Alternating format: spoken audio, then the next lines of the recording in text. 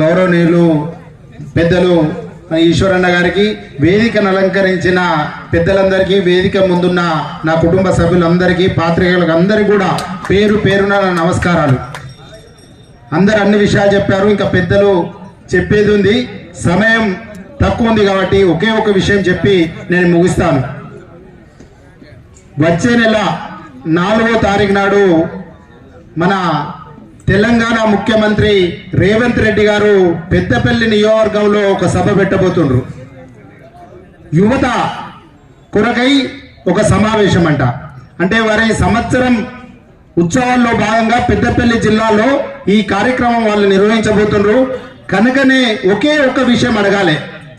నిరుద్యోగ భృతి ఇస్తాం అని చెప్పిన యువతకు మోసం చేసి ఈరోజు పెద్దపల్లి జిల్లాలో అడిగెట్ట పెడతారు అని మనందరూ అడగవలసిన అవసరం ఉంది.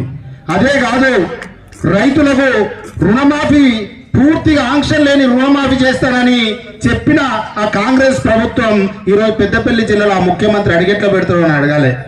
మహిళలకు, వితంతులకు, వృద్ధులకు 2000 పింఛన్ 4000 పింఛన్ చేస్తాన్న ఆ ముఖ్యమంత్రి పెద్దపల్లి నియోజకవర్గంలో పెద్దపల్లి జిల్లాలో అడిగెట్ల పెడతారని అడగాలి. రైతు బీమా రిన్యూవల్ చేస్తా అని చెప్పి చేయని ఆ ముఖ్యమంత్రి పెద్దపల్లి జిల్లాలో అడిగెట్ల పెడతారని అడగాలి. ఈ విధంగా చెప్పుకుంటూ పోతే 420 కార్యక్రమాలు మీరు ఇచ్చి దాన్ని మోసం చేసిన ముఖ్యమంత్రి, ఆ మంత్రివర్గం ఈరోజు పెద్దపల్లి జిల్లాలో అడుగుపెట్టి ఎట్లా పెడతామని అడగాలి. ఈరోజు మన గౌరవ మాజీ ముఖ్యమంత్రి వర్యులు, మన తెలంగాణ నిజంగా జాతి పిత ఏ విధంగానో తెలంగాణ పిత అయిన కేసీఆర్ గారిని మీరు ఏం చేసిరు? మీ 10 ఏళ్ల కాలంలో ఏ అభివృద్ధి చేసిరని అనేక సార్లు ఈ మంత్రివర్గం అంటుంది కదా. నిజానికి నేను నిన్ననో ఈరోజు ఒక పేపర్ చదివా.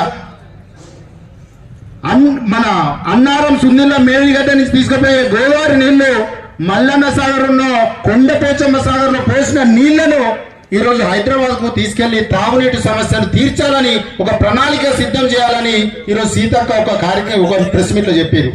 అదే విధంగా మిషన్ భగీరథ నీళ్లు అందరికి అందేలాగా చర్యలు తీసుకోవాలని ఈరోజు అధికారులకు చెప్తున్నారు. అంటే మన ఆ కేసీఆర్ తలపెట్టిన పథకాల్లో వచ్చిన పథకాలనే ఈరోజు వాళ్ళే ముద్దాడుతున్నారు.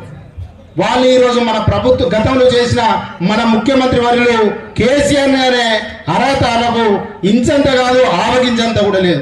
దయచేసి ఎక్కువ సమయం లేదు కాబట్టి 4వ తారీఖు నుండే రేవంత్ రెడ్డి పెద్దపల్లి నియోజకవర్గంలో పెద్దపల్లి అడుగుపెట్టిన రోజు నుండే మనం ఆ రోజే డిసెంబర్ 9 నుంచి అనుకున్నాం, కానీ 4వ తారీఖు నుండే వారి కార్యక్రమం నుండే వారు ఎట్లెట్లా హామీలు ఇచ్చి మోసం చేసిరో వాటిని ఎండగట్టే విధంగా ప్రతి ఒక్క కార్యకర్త నడుం బిగించాలని తెలియజేస్తూ ఈ అవకాశం ఇచ్చిన పెద్దలందరికీ కృతజ్ఞతలు తెలియజేస్తూ ముగిస్తున్నాను. జై తెలంగాణ.